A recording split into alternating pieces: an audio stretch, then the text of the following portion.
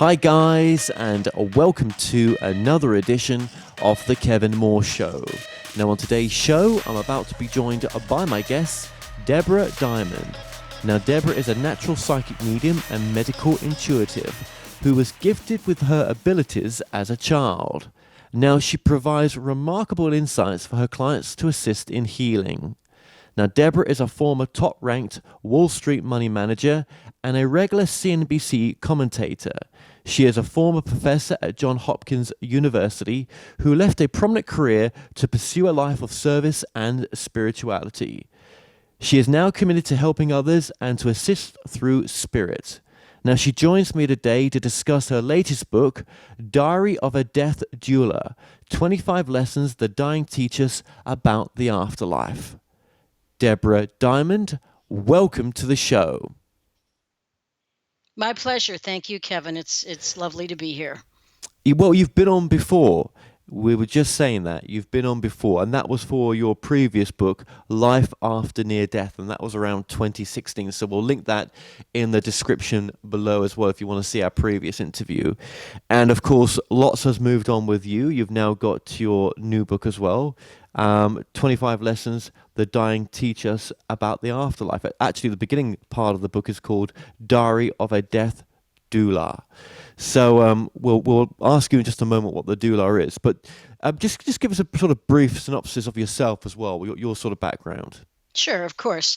So I have an unusual background. I'm a psychic medium, and if there's such a thing as a typical psychic medium, which I'm not sure there is, I know I wouldn't be it. I come from a background of Wall Street. Actually, I was a money manager on Wall Street for 25 years. I was also a commentator on CNBC and a professor at Johns Hopkins University. But when I was in the investment business, I always knew things. I didn't know how I knew things. These things, I would know things like how a company would do, how an investment might do, how a management team would be, how a product would be, but I didn't know how I knew that. And of course, no one in the investment business ever uses the word psychic. That just doesn't come up. Although they do say, what does your gut tell you? Which is actually your gut or your solar plexus chakra is a sense. It's clairsentience. But nobody discusses that in the investment business. So I just thought I had good intuition. And that's how I worked in the investment business for a very long time. It wasn't until 2007 that I took an intuition development class in New York, thinking I have pretty good intuition. It would be fun to take a class and tune it up, not realizing that I would have a dramatic experience in that class. And I think we talked about it on the show that we did together several years ago. But in this class, we did several exercises, low-key, intuitive sorts of exercises, and I was getting everything and didn't think too much about it because it was very low-key. And during a break, when we came back, the teacher said, well, now we're going to do a seance. And I checked my schedule. It was like, I thought this was an intuition development class. Nowhere on here does it say anything about a seance. And I really didn't want to do a seance. I was scared. That's not what I came for. But I thought, well, it was only Saturday morning and this class ran through Sunday afternoon.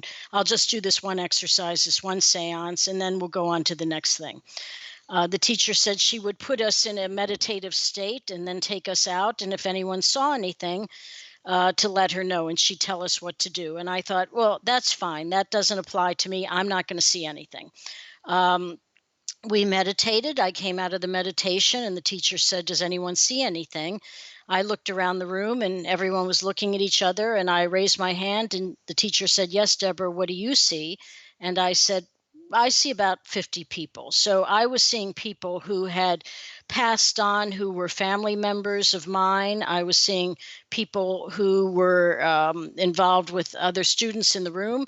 And then I was seeing random people who had passed, including 42nd Street showgirls and pushcart peddlers walking through the middle of the room. We were not that far from Times Square. So I was completely overwhelmed. I had no idea what was going on. the teacher said, "Do you see anyone?" She said, "Usually you will see people in the corners of the room." And I said, "I do see someone in the corner." And she asked me to describe him. And I described a Hispanic man with a large handlebar mustache, big white teeth. And as I described him, the woman sitting in that corner began to sob. And she said, "I can identify him. That was my fiance. He died 2 years ago." And the woman in the corner said, "If I show you a picture on my cell phone during the break, would you be able to identify him?" And I said, "Of course," because it was just like me looking at Kevin. Sure, I could identify you. Um, During the break, she came over and she showed me some photos on her cell phone. And as she flipped through it, I said, "There, that's him." And she said, "That's right. That's my fiance." And she believed in all of this.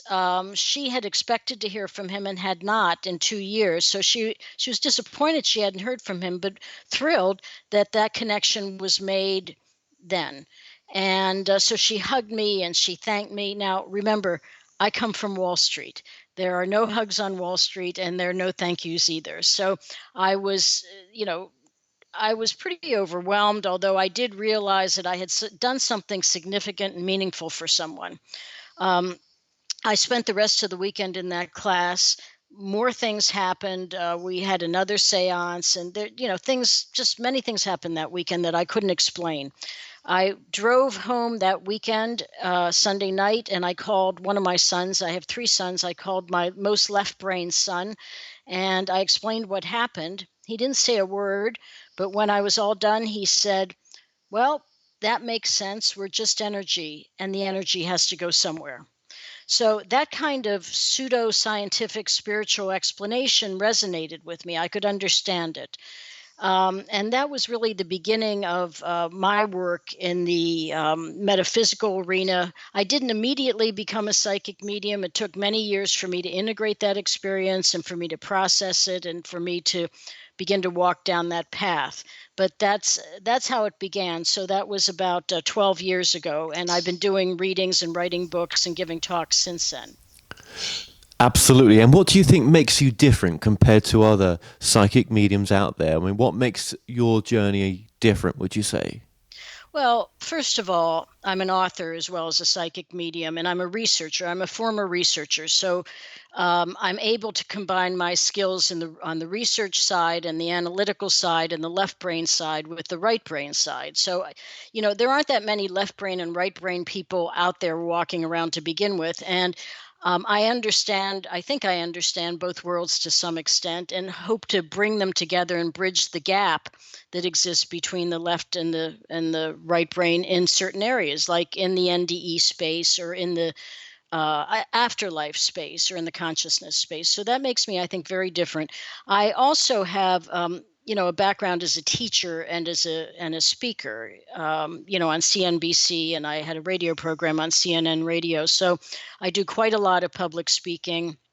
And I'm able to combine that background with, my work today. So I think it's a little different. Many psychic mediums do readings, and that's all they do. But I like to bring in some of my background, and that background seems to appeal very much to other people who look like me, who are educated, who are professionals. And as you know, Kevin, there's a big shift going on right now that's affecting all of humanity, and people who normally wouldn't be interested in the metaphysical world are interested in it, and there are people from all walks of life, but professionals. I see people from the State Department, from USAID, lawyers, doctors, etc. Yeah, oh no, that shift I've seen increasing even over the past few years. It really is. There's something going on, and people are moving away from religion and trying to find their own understanding of the nature of why they're here. What could we be doing better in our present moment than with different understandings, different teachings, in a sense. Yeah. And can that come more from us than we could sort of grasp from other people? I even see right now that the sort of level of psychic mediumship going up as well, and just how needed that is right now.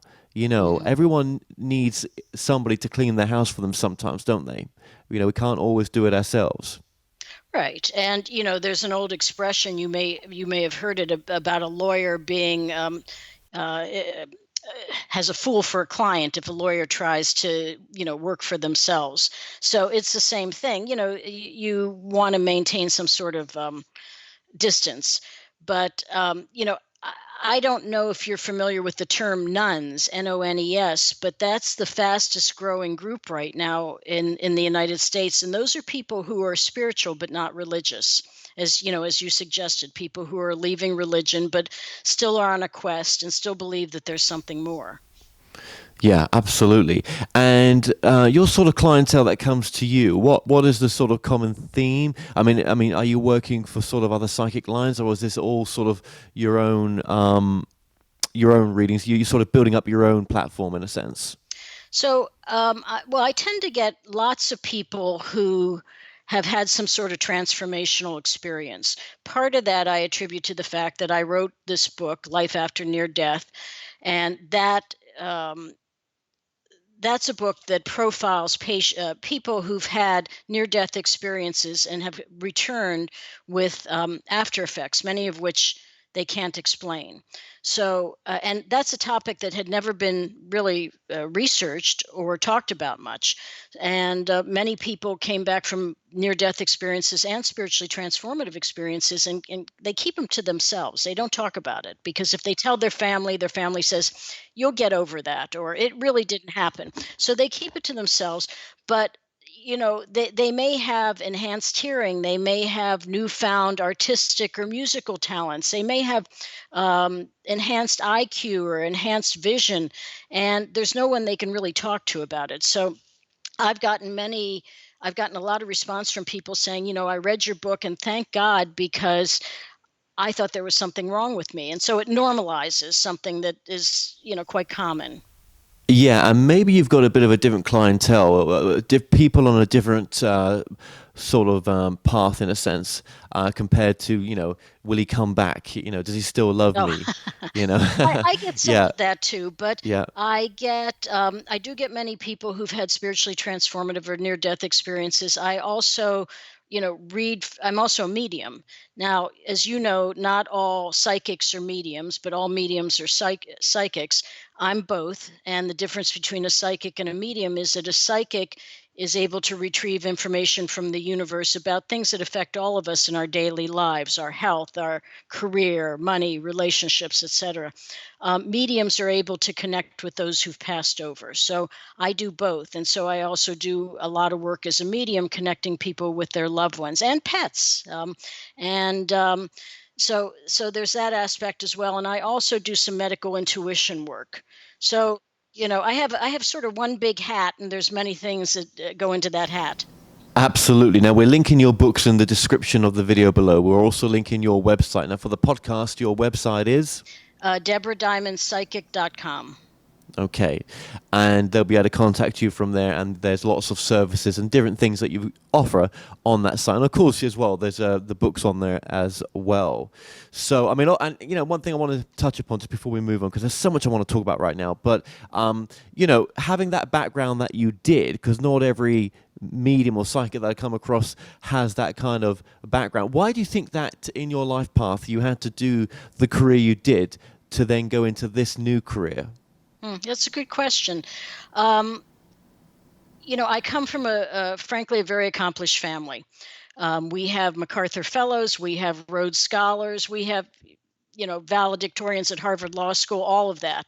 And so I, followed that traditional path. I'm pretty educated. I have an MBA, I have a PhD, and I followed that traditional path that was expected of me. And I was good at it, so it was fine. But I always also felt there was something more. I always questioned. And the only explanation I have is that I think somebody somewhere, maybe up there, has a bigger plan for me, because look, let's face it, there aren't a lot of psychic mediums who used to be former Wall Street money managers, so, and who are able to do the research and also bring in this metaphysical spiritual aspect. So I'm just an instrument, really. I just try to follow the signals, and if I feel like I'm supposed to turn left or right, I try to listen and I try to do that. Beautiful. Thank you for that answer. And all answers really lie with the answer that you've given there. That if you just listen, you will find the answer that you're looking for. But sometimes, it's difficult. It's difficult to trust the intuitive side and or the personal guidance system, and the mind does get in the way, but it's there for a reason as well, isn't it? Yeah, So. and I don't want to make it sound like it's such an easy thing to do either, because I think Spirit was saying, here we have this path for you, and I was like, that's fine, but I'm not interested. It took me a little while to agree with them, um, but this work is very rewarding and it's special, and I feel like I can help a lot of people, and that's something that I was not able to do in my former profession. I mean, I could add zeros to somebody's portfolio, and that's nice, but you know having people tell me that I've changed their life, or that I've helped them so much, that's something really special, and I feel blessed that I'm able to do that. Yeah, and even with your previous job, though, everything is of service. You were still being of service in that previous work, though, as well. So I just want to point that out. Yeah. Now, obviously, we've got to get into the book. That's what people want to hear as well. And this is fascinating. But first of all, I want to ask you, why did you write that book? What is it about this book that really pushed you to see this through in a sense? Sure. So another good question. So, well, first of all, my mother passed away in 2002, and here in the U.S., we have hospice. You have hospice as well in the UK. We had hospice come to the house, and in those last days and weeks and months, I found hospice to be just a wonderful service. I found the people to be very compassionate, and they really made an impact on me, far beyond the impact I think death and hospice makes on all of us. But one day, the people from hospice handed me a piece of paper, and they said, "You might want to read this." And I thought, well, this probably pertains to medication or maybe equipment or maybe even funeral arrangements. And I set it aside. But eventually I picked it up. And when I read it, it said, if the body is ready and the soul isn't, you don't leave. And if the soul is ready and the body isn't, you don't leave. But when the soul is ready and the body is ready, then you leave. And I thought, wow, this is a lot more than I expected from hospice. That was pretty profound. And I thought about that. I had never thought about death as a process before. I'd never been around anyone who had died. I'd never been around anybody who was dying. And I didn't realize that death was a process. I thought death was something like what we see in the movies where the universe opened up and all the answers of the universe were revealed. So I thought about this note that the hospice professional gave me, and I actually thought about it for about a dozen years. I knew I wanted to be of service. I knew I wanted to work in hospice, and I knew I could do it at some point because I'm a medium. I talk to people who've passed all the time. I'm not afraid of death. So eventually I enrolled in a training program to become a death doula. And what is a death doula? That's a term that not everybody knows. It's something relatively new. Some people know what birth doulas are. Birth doulas are midwives. They help women in labor to deliver new life into the world and usher it in. Death doulas usher life out. So we sort of doulas bookend life and death. My work as a death doula involves sitting with people who are actively dying. In other words, in the last 24 to 48 hours of life. They are typically unresponsive. And when people enter the room of a hospice patient, they're often afraid because they see someone, they see a body lying there that looks as if it doesn't look like anyone's home. But in fact, there's a lot more going on in the invisible world than we know. And because I'm a death doula and a medium, not all death doulas are mediums, but I am, because I'm both, I'm able to see both sides. Right, right. I mean, you say in your book as well that death is not about dying; it's about living. Yeah, that's correct. So that was really my first experience as a doula. Was encountering a patient who was, whoops, uh, yeah, when there's a high vibration, then the cat shows up. Okay, so uh, okay, so that's my cat. And she's very nice, and she often shows up during mediumship readings as well. Yeah, animals have that, that sixth sense that they live by. At any rate, the first patient I had an encounter with was someone, a young person who was in hospice, and she was just there for a short while. Hospice patients don't necessarily come into hospice and pass. They sometimes um, uh, come for a short period of time and then they're discharged. And she was there for a short period of time. But what had happened with her was she was isolated. When people are ill, oftentimes loved ones and friends stay away because they're afraid or they don't know what to say. And these people become invisible. And she had become invisible. And she was very distraught and afraid. And I realized when I met her that just with a little bit of conversation with her and a little bit of compassion, a little bit of normalizing the situation, she perked up. Somebody took an interest in her, and it seemed to make a big difference. And I realized, here I am as a doula. I'm here to sit with people who are dying. Well, she wasn't dying; she was still alive. She still had a life to live, and by recognizing her and making her seen, that seemed to shift something in her. And even though I think we think of death as the end, in so many respects, it is not the end. I mean, I had dinner. I was in New Mexico last week, and I had dinner with a friend of mine who's a hospice chaplain, and she said, how would you sum up your book in 5 words? And I said, I don't know if I could sum it up in 5 words, but I can give you 2 sentences. One is there's a lot more going on in the invisible world than we know. And number 2, we continue. Life as we know it, in our physical bodies is not the end. We continue. So, how many deaths have you sort of attended? I don't know. I've never kept track, but quite a few. There are many doulas who have never been present when a patient died, but for some reason, a lot of them have died on me. And I think I don't know what to attribute it to, but intuitively, I feel like they're comfortable with me. I'm at a high vibration just like they are, and it's natural, and they just feel comfortable exiting, when I'm there. So, being sort of intuitive as well and sensing energy, when people have crossed over, and the majority of people have crossed over, do you feel that there's someone there to sort of take them on their journey? Yeah, so one thing I will say is that in 100% of the rooms that I've sat in, family and spirit is there.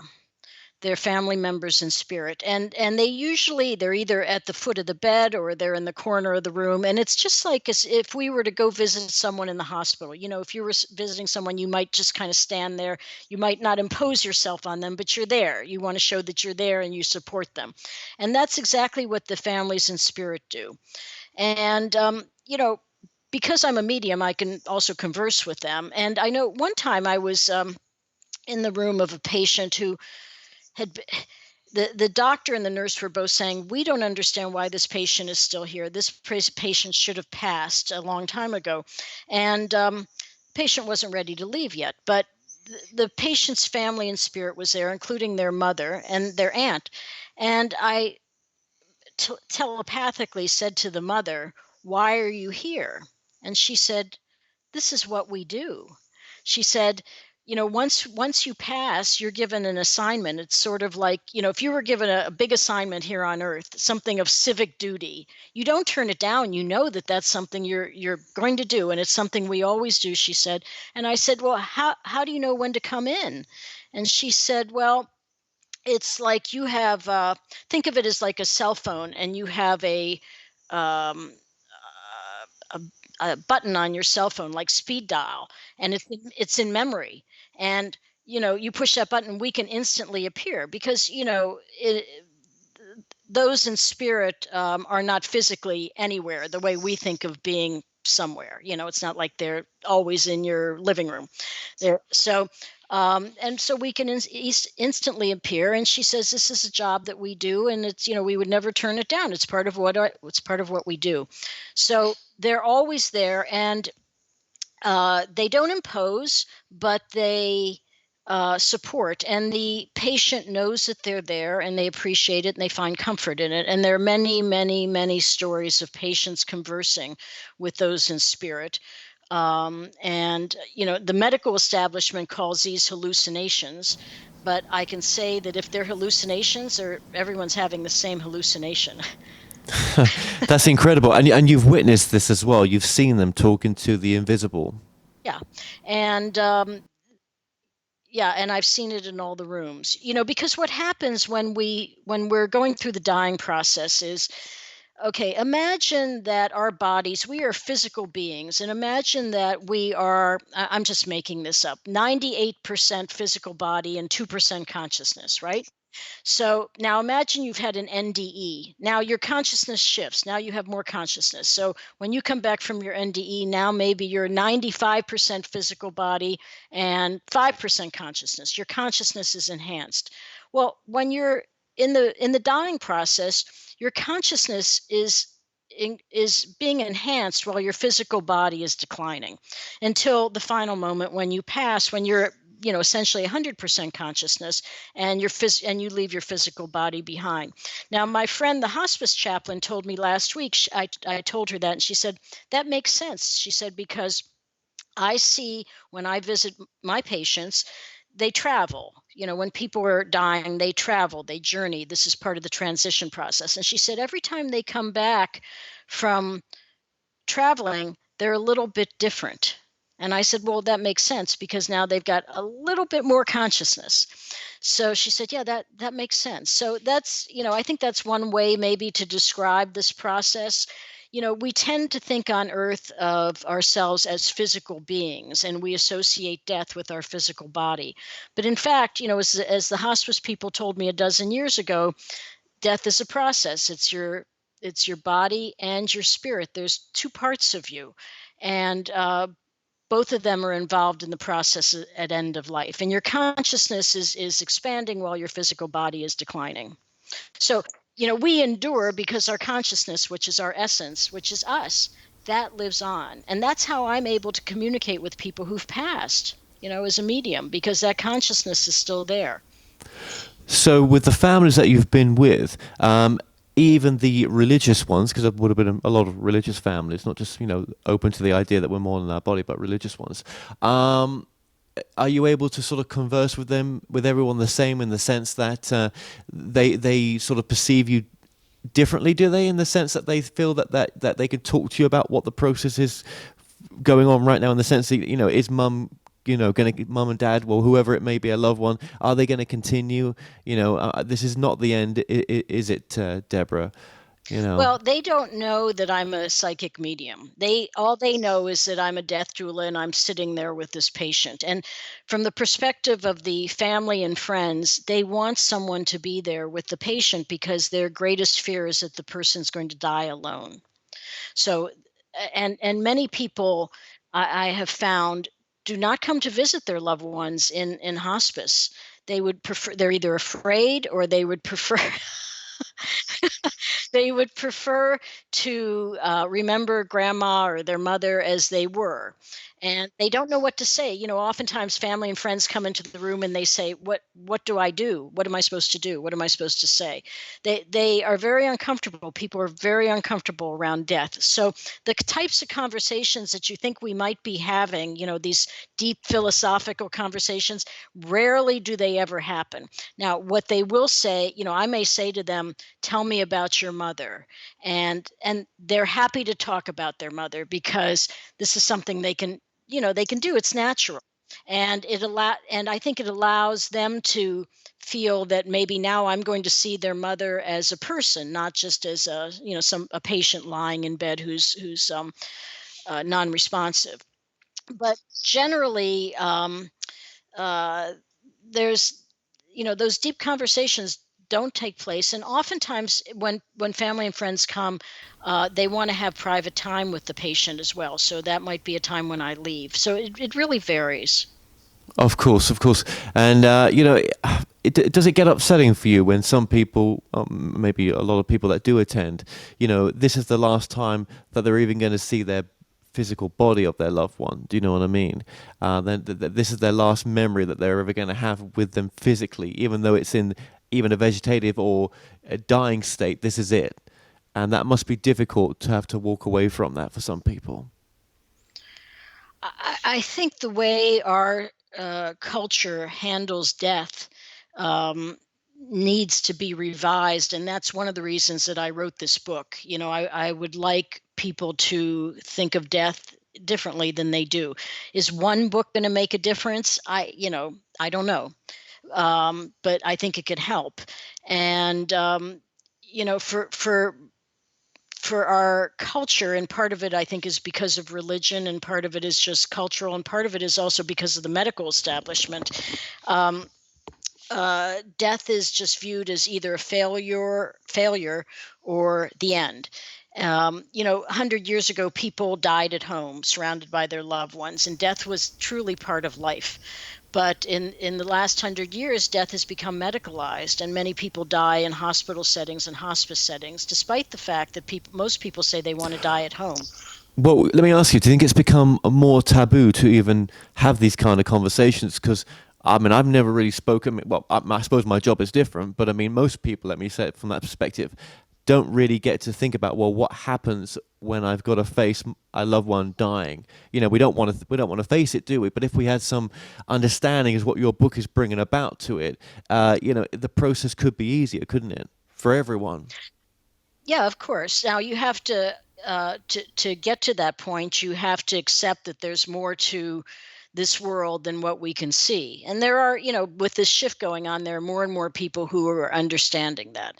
But death itself, even if you understand that, death itself has such a taboo around it and so much fear associated with it that it's going to take a lot of work to reach that point. Yeah, absolutely. And you mentioned in your book as well that in the process of dying, those that are dying, they can still hear us as well. Yeah, absolutely. Well, we were taught in our training that hearing is the last sense to go. But, I really believe that most of our senses are intact at end of life, because there's no other way to explain some of the things that happen in the last minutes and last hours. I've sat with patients, and there are stories in my book, Diary of a Death Doula. There are stories of patients who are told, the nurse will come in and say, "Mr. Smith, your daughter normally comes at 4:30, but she's coming at 2 o'clock today. Mr. Smith is unresponsive. He doesn't wear a watch. He can't speak. He may be intubated. He may be hooked up to a respirator." But the nurses continue to talk to the patients because they know they can hear them, and maybe at some level process. But she says, "Your daughter's going to come early today." Well, how do you explain that 1 minute to two, Mr. Smith decides he's going to die? They have an awareness of time. They have an awareness of who's in the room. They have, I think many of their senses are intact. But the medical establishment seems to agree that hearing is the last sense to go. But, as I've said, I think that most of our senses are still with us. As a matter of fact, let me say one other thing. You know, we associate ourselves on Earth with our hearing, our vision, our vision, our taste, our touch, our smell, all these physical senses. But we also have our consciousness, right? And as we go through the dying process, our consciousness is being enhanced. But our other senses are also acute. They're also acute.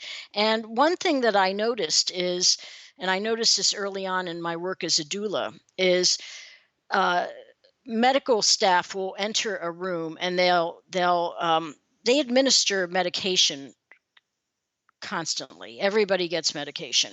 And many patients seem to be very peaceful when the staff enters the room, but then the staff comes in and they start to, they pull their arm out of the gown, or they're administering, narcotics, and they're changing their bed or changing the patient, and the patient becomes very agitated. And the nursing staff often thinks they need more medication.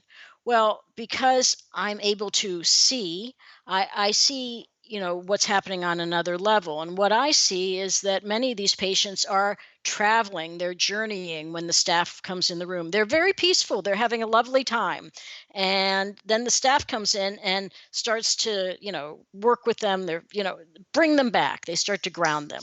And that's when they become agitated. It's not that they're in any physical pain. It's just that, if you were interrupted in the middle of a nice dream, you might kind of say, whoa, wait, what's happening? Where am I? Well, absolutely, and you say in your book as well that the patients, they feel loved, peaceful, and safe as they journey to the higher realms as well. Your loved ones are loved as they cross over, no matter what they've done, without no judgment.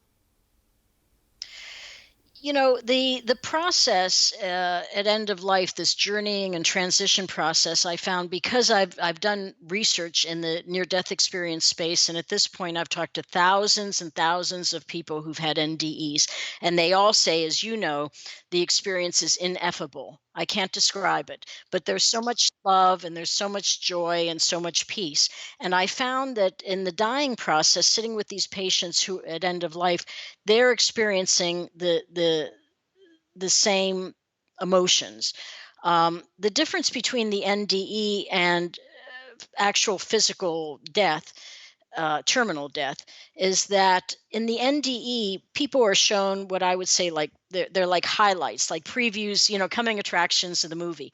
And I think NDEs are meant to be learning experiences. They're meant to be lessons for people who are coming back. I think they're specifically formulated that way for these people to come back. We're giving you 2, 3, 5, whatever lessons, and you're coming back, and you're now being sent out as a missionary because you've learned these lessons. People who are dying have a much broader, richer, much more involved transitioning experience at end of life, at least in hospice. Now, I'm not talking about people who have died by trauma. We don't see them in hospice. Right. But people who are in hospice have an extended period of transition generally and journeying, and it's much more involved. They're revisiting memories. They're becoming accustomed to their new home. They're traveling to their new home. They're transitioning through several different levels of consciousness. So it's more involved. But the bottom line is that they also experience peace and love and joy, and they convey that to me. I've never felt so peaceful. This is the most beautiful process I've ever imagined. Well, when patients, when people pass on, obviously you must see a transformation in their look, obviously, because that they're crossing over. But when the soul's leaving the body, you can tell, can't you, when that body is not the person that the family knew anymore, because there's some essence, there's the soul that's missing. Yeah, well, the energy in the room changes. There's no question. The energy shifts. And I've witnessed that so many times. And there's a story in the book of a patient who really wanted to die. This patient wanted to die. They missed their spouse, and they could have lived much longer, but they chose to, we can decide if we want to pass. And this patient had made up their mind. And at one point, while I was sitting with the patient, the doula across the hall called me out into the hallway, and I got up and I walked out into the hall, and I talked for a few minutes with that doula. And when I came back into the room, the energy was completely different. I knew that patient had left. I knew, you could just tell. And there's the air of the sacred that I think people experience when they're sitting bedside with somebody who's dying or who has passed. And as a matter of fact, and this is something that's not well researched, but it's something that I see quite a bit. spiritually transformative experiences. I don't know how much work you've done or how many people you've interviewed about that, but there's a rise in spiritually transformative experiences, and many people have them but don't know. They can't pinpoint an exact moment in time that brought it on. It's not like a near-death experience where they could say, I was in an automobile accident, or but one question I always ask when I see, because I see as a psychic and a medium, I see that they've had a transformational experience, and I say, did you sit bedside with anyone who passed recently? And they say, yes, my mother died 2 months ago. Bingo. There you go. Because they're in that presence of that transformational energy, and it has a lasting impact on the people who are sitting there as well. And it's enough to cause a transformation or a shift. And that transformation or that shift could be, something on the lines, I guess, of, am I more than my body? Where do we go to? And in that asking of that question, what can I get from that space of where we go to bring into the present moment now that will make my life better or more present or more loving? Was I loving to myself enough? Have I been loving to others and myself enough? If this is it, what am I going to make of my life if they come from that space as well? Yeah. Well, I think there's no question in that it raises many questions, deep philosophical questions for people. I mean, the people that I see generally are on the front end where they're trying to figure out exactly what happened to them, or did something happen to them, or if it did, what was it? So they're still kind of perplexed. But they also know, they also recognize, wait a second, there's something more here than I thought. Yeah, absolutely. And yeah, that's so true. And obviously, you think of when you go to these hospices, well, maybe I do, that there's just flowers around, but actually having people's personal items around, personal items that meant something to the patient or the people, that's really helpful as well for a good passing. Yeah, I think it is. Again, this is this cultural issue of dismissing. Once someone's been given a prognosis that they're going to pass in 1 month or 3 months or 6 months, which, by the way, doctors really don't know that, but they say that. And once they've given that prognosis, I think many people are have already assigned to that person that they're gone. And we don't need to do anything. They're going to go to hospice, and that's it. Um, and this is not, I'm not being judgmental. I think it's just very difficult for people to deal with it. But I have to say that the rooms where the patient had personalized items that, things that were important to them in life, high vibration items like plants and flowers, those are very nice, but also, pictures, memories, things that were important to them. If you can surround the patient with them, I think that brings a certain energy to the room that is very nice. And I think if you can't die at home, I think at least having some of those personal items with you, I think, lends a sweet energy to the space. What has been let me ask that again. What has being around so many people that have crossed over taught you about the way that you're living your life right now? Oh boy, you ask some hard questions, don't you? um, I I try to be present. I mean, I'm just like everybody else. I may be a psychic and a medium, but I'm just like everybody else. I'm just here to learn, trying to learn lessons. I try to be present. I try to be kind, and I try to make the most of all these moments. And I try to have compassion for people who are ill, who've gone through trauma, or who are dying. I mean, look, when my mother passed, uh, in 2002, I was just like everyone else. I didn't know what was going on. I had no explanation for this, and I was afraid.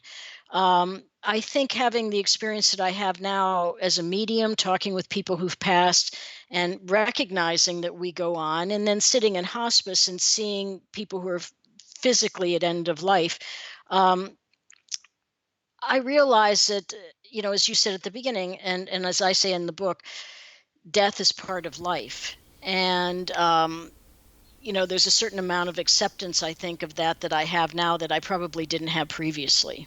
Yeah, yeah. Well, and it's an ongoing journey, isn't it? Because you're still doing this work, aren't you? You're still a Oh, yeah. yes. Oh, yeah. Well, I'm taking a little break from the hospice work because I had some trauma myself last year, but and so I'm recovering from that. But I'm taking a little break from the hospice work right now. But yeah, I mean, all of my work is ongoing in this space. How can someone get into the work that you're doing? What was the sort of qualifications to get into this? Yeah.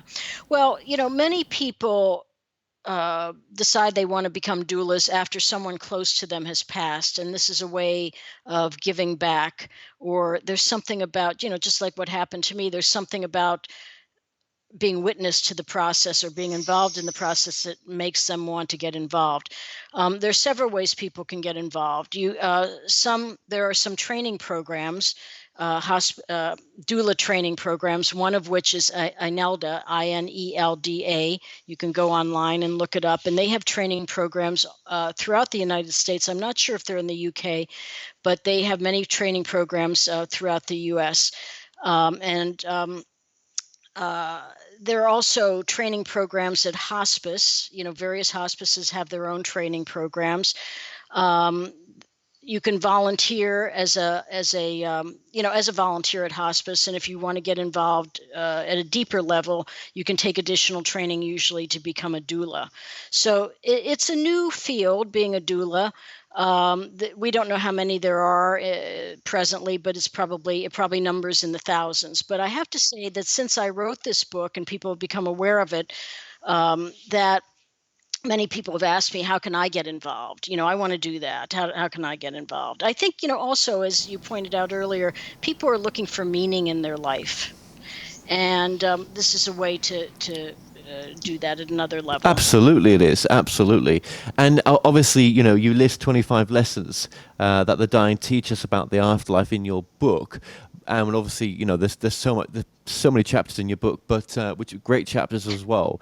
We're just restricted by human time right now to go through them all. But what are some of the bigger lessons that you think about right now that could be helpful to people? Or something that just pops in your head as one of the main lessons, do you think? Yeah. Well, you're right. There are so many. We've already talked about how our loved ones in spirit are always present at end of life, and I've also found that guides and angels are also present, and they have their own special work to do. And as a psychic and a medium, I do see guides and angels with people. Everyone has guides and angels with them. Not everybody works with them, because I often liken it to, if you've ever been to like the Kennedy Center here, you've ever been to a concert, and you have the orchestra, and then you have the second row balcony. For some people, their guides and angels are in the second row balcony. They've never called on them. They're just sitting there patiently waiting to be called on. And if you call on them, they will help you. But at end of life, I have seen guides and angels with patients at end of life doing their very sort of light celestial work. They, in fact, act also as part of the transition at end of life. So I think, all the help that we get from the invisible world, I think, is most significant at end of life. I think that's a lesson. I think it's important. On the other hand, it's also important for everyone to recognize that we have to let go of expectations of our loved ones at end of life. They are not going to be the same. When you walk into the room at hospice and you expect, there's mom, and I'm going to go see mom, and then you find out mom can't communicate, and mom may not even look like mom. I think you have to recognize that you need to reduce your expectations for what you expect at end of life. And hopefully, when people read this book, they'll see how some of this can be normalized, and it'll help them. It's because I do talk about, some of the day-to-day issues, like when you walk into the room and it looks as if there's no one home. And then there are also the more metaphysical issues. So I try to address both of those. Absolutely, and I guess for you as well, doing this work and writing this book, it's kind of been your transformational journey as well, into sort of really, giving you even more foundation in the other work that you do as well. That life does continue, and that you've been witness to all this amazing transformations of when people are transforming from this body, into their next journey of their life as well. So I think it's fascinating what the book that you've done, and I think this will help a lot of people who have been, looking at this aspect of their own life, not just for their loved ones, but their own transition in one day, just what that may be like, and to not have the fear. Beyond the fear, there is only the love that they're going to be receiving when they do cross over. But that's not to say that, we have to be here right now. Having this life right now is so important. If we wasn't supposed to be here, we'd be somewhere else. Do you know what I mean? Mm-hmm. Yeah. Well, this is one step in the journey. We are here and we're having these experiences, but it's not the end.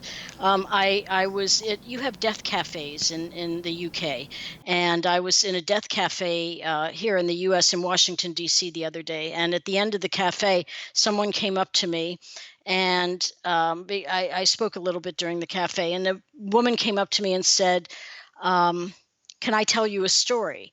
And I said, sure. And she said, when my mother died, she said, she was talking to somebody, she kept talking to them. And when she was lucid, she would say to me, there's somebody here, but I don't know who it is. And the daughter said to her, Mom, you've done a lot of genealogy work. It's probably somebody, that you had, unearthed. And anyway, she said the last words that her mother uttered before she passed was, this is not the end. There's more. And then she died. Yeah. So now, not all patients obviously are able to do that. Many of them, at end of life they don't speak. But that was pretty amazing. And, you've probably heard the story about Steve Jobs and, the founder of Apple. No, so he died of. He had, I think, renal cancer.